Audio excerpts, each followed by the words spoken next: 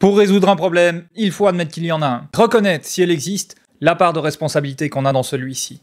Dans cette vidéo, je vais te démontrer que l'activité humaine est la principale cause du changement climatique. C'est parti!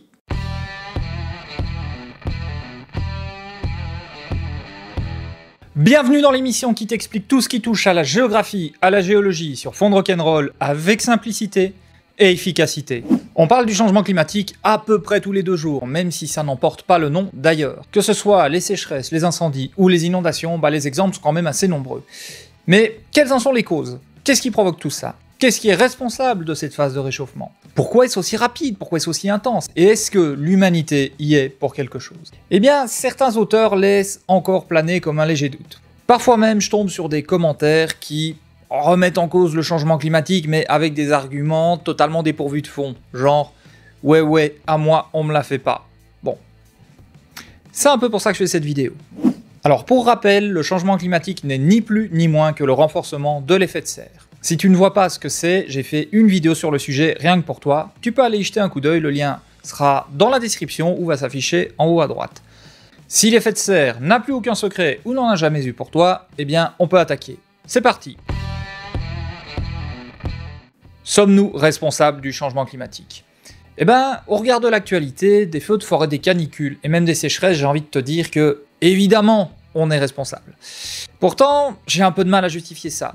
Je sais que c'est vrai, mais de là t'expliquer pourquoi, j'ai un peu de mal. Alors, je te rassure, il ne s'agit pas de tenir un discours climato-sceptique. Ces derniers d'ailleurs se font de plus en plus rares, même si, à mon avis, ils disparaîtront jamais totalement.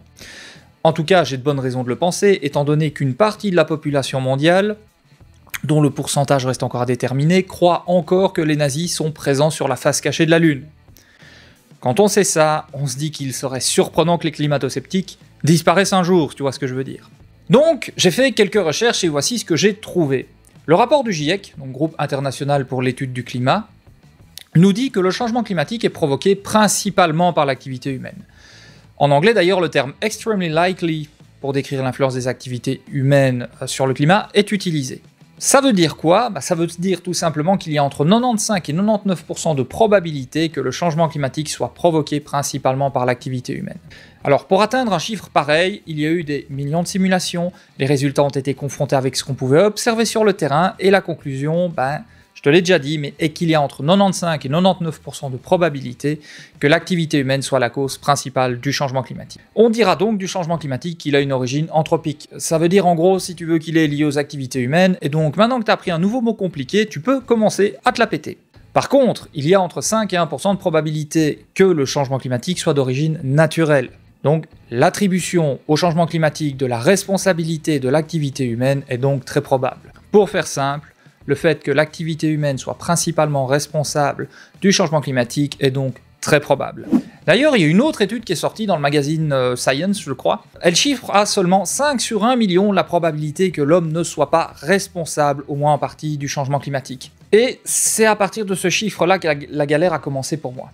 Mais vraiment une grosse galère. Mais avant ça, si la vidéo te plaît, n'oublie pas de lâcher un pouce bleu. Tu peux même venir me faire un coucou en commentaire. Et si t'es nouveau, évidemment, tu peux t'abonner à la chaîne pour ne pas louper les prochaines sorties. Et donc, comme je te le disais juste avant, pour moi, la galère a commencé. En fait, je me suis demandé d'où venaient les 5% manquants. Et que quand même, au final, ils auraient pu faire un effort. Je sais qu'une très large majorité des études confirment le lien de cause à effet entre le changement climatique et l'activité humaine, mais le fait qu'il manquait au maximum 5%, les 5% manquants me posaient problème. Et donc j'ai dû demander de l'aide à un ami qui a accepté de relire le script pour être certain que je ne dise pas n'importe quoi. Et donc en plus d'être scientifique, c'est un passionné de photos, et je lui ai fait une vidéo rien que pour lui, juste pour le remercier. Tu trouveras le lien en description ou en haut à droite de l'écran si tu as envie d'aller jeter un coup d'œil. N'hésite pas à y aller, n'hésite pas à encourager son travail parce qu'il fait quand même pas mal de boulot, mais il fait quand même pas mal de bon boulot. Mais tout ça, je te l'explique dans la vidéo de toute façon. Alors, en statistique, on teste des hypothèses. Les 2 hypothèses testées, ici, elles ont été l'humain est responsable contre l'humain n'est pas responsable. Comme je te l'ai dit plus haut, la conclusion est qu'il y a entre 95 et 99% de probabilité que le changement climatique soit d'origine anthropique. Et en fait, donc, les 5% restants sont le fait de l'incertitude résiduelle, et c'est lié à 3 choses. 1. Il représente la réalité de manière simplifiée. 2. Il y a des erreurs de mesure et d'observation. Et 3. On a une connaissance imparfaite du système. Alors, ça peut choquer, mais en fait tout ça est normal. Déjà, prendre tout en compte est très difficile car il y a plein de paramètres et d'interactions. Rien que concevoir un modèle complet est quasiment impossible. De plus, il y a des erreurs de mesure et elles sont inévitables. Mais c'est pas parce qu'elles sont inévitables qu'elles ne sont pas acceptables. Je sais que c'est difficile à entendre, mais c'est vrai. Mais ce résultat ne doit pas être interprété comme « on n'est pas sûr ».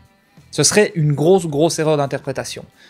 L'interprétation correcte, c'est de dire que l'accumulation d'éléments probants renforce une explication jusqu'à atteindre un degré proche de la certitude. D'ailleurs, la probabilité que l'activité humaine soit la cause principale du changement climatique se renforce au fil des études. Chaque étude vient un peu confirmer le lien de cause à effet entre activité humaine et changement climatique. Alors je sais que certains parmi vous vont encore douter, mais j'ai encore quelques arguments sous le coude. Si t'es encore là, tu peux écrire le commentaire, ou tu peux écrire le #truth en commentaire, c'est ça que je voulais dire, si la vidéo te plaît. Ça lui filera un solide coup de pouce. Imaginons un instant que mes propos ne t'aient absolument pas convaincu. Tu pourrais très bien te retrancher derrière des arguments du type « les chiffres on peut leur faire dire ce qu'on veut, à moi on me la fait pas », ou bien encore, imaginons, je suis sûr qu'il est payé par des boîtes et gna gna gna et gna gna gna. Bon. Alors, pour répondre à ce dernier argument, il faut savoir qu'aucune boîte ne finance mon travail, y compris YouTube. Alors, il y a deux catégories d'arguments, à mon sens, qui devraient te convaincre, même si les statistiques ne t'ont absolument pas parlé. Le premier, c'est le fait que c'est l'occasion de changer de modèle de société. En gros, s'attaquer au changement climatique, c'est changer de modèle de société. D'ailleurs, le changement climatique, c'est pas le seul problème qui affecte notre mode de vie quand on y pense. La biodiversité des sols s'épuise, l'air est de plus en plus pollué, la biodiversité s'effondre, on a des animaux et des espèces qui disparaissent chaque année sans que le changement climatique y soit pour quoi que ce soit. On a un épuisement des ressources, la santé des gens est mise à mal, enfin bref, je pourrais encore continuer longtemps, mais je pense que tu as compris. Et donc toutes ces activités contribuent au changement climatique, mais elles ont d'autres effets secondaires tout aussi désastreux. La pollution de l'air affecte la santé, la bétonisation détruit l'environnement et la biodiversité, l'agriculture intensive détruit des espaces de vie sur Terre, mais aussi sous terre à cause des produits phytosanitaires. Je préciserai quand même une chose, quand je critique l'agriculture, je m'attaque au modèle agricole, pas aux agriculteurs. Je considère qu'ils sont pris en otage par un système pensé pour les orienter dans certaines pratiques agricoles, mais je développerai ça une autre fois. Changer de modèle agricole, de mode de consommation, donc permettrait d'atténuer le changement climatique, mais aussi de résoudre les problèmes dont je viens de te parler. Faire d'une pierre deux coups en quelque sorte. Le second argument est l'inertie de la civilisation humaine. Par rapport au changement climatique, on n'a pas vraiment le temps en fait. On est à la bourre. On est pire qu'un étudiant qui doit étudier un examen la veille de l'examen. Si tu vois ce que je veux dire. Alors, jusqu'à peu, et c'est une bonne nouvelle, je pensais qu'il fallait entre 40 et 50 ans pour qu'un gaz à effet de serre ait un effet sur l'effet de serre. Donc en gros, je pensais qu'il fallait entre 40 et 50 ans pour qu'un gaz à effet de serre produise un effet au niveau du changement climatique. Et apparemment, c'est pas le cas. C'est une vidéo du Réveilleur qui me l'a appris, et donc je te mets le lien dans la description ou en haut à droite si tu veux aller y jeter un coup d'œil, par souci d'honnêteté. Oui, parce qu'il a pas... Voilà, c'est une chaîne YouTube, je pense pas qu'elle a vraiment besoin de ma chaîne pour se développer. Par contre, la civilisation humaine a une grosse inertie. Toutes les infrastructures construites, surtout celles en matière d'énergie, sont faites pour durer. Elles ne sont pas arrêtées du jour au lendemain, et la construction de nouvelles infrastructures risque de prendre quand même pas mal de temps. Tant que nous n'avons pas. Là où notre inertie pose problème, c'est qu'il y a aussi plusieurs pénuries de ressources qui se profilent, que ce soit des ressources énergétiques, mais des ressources minières.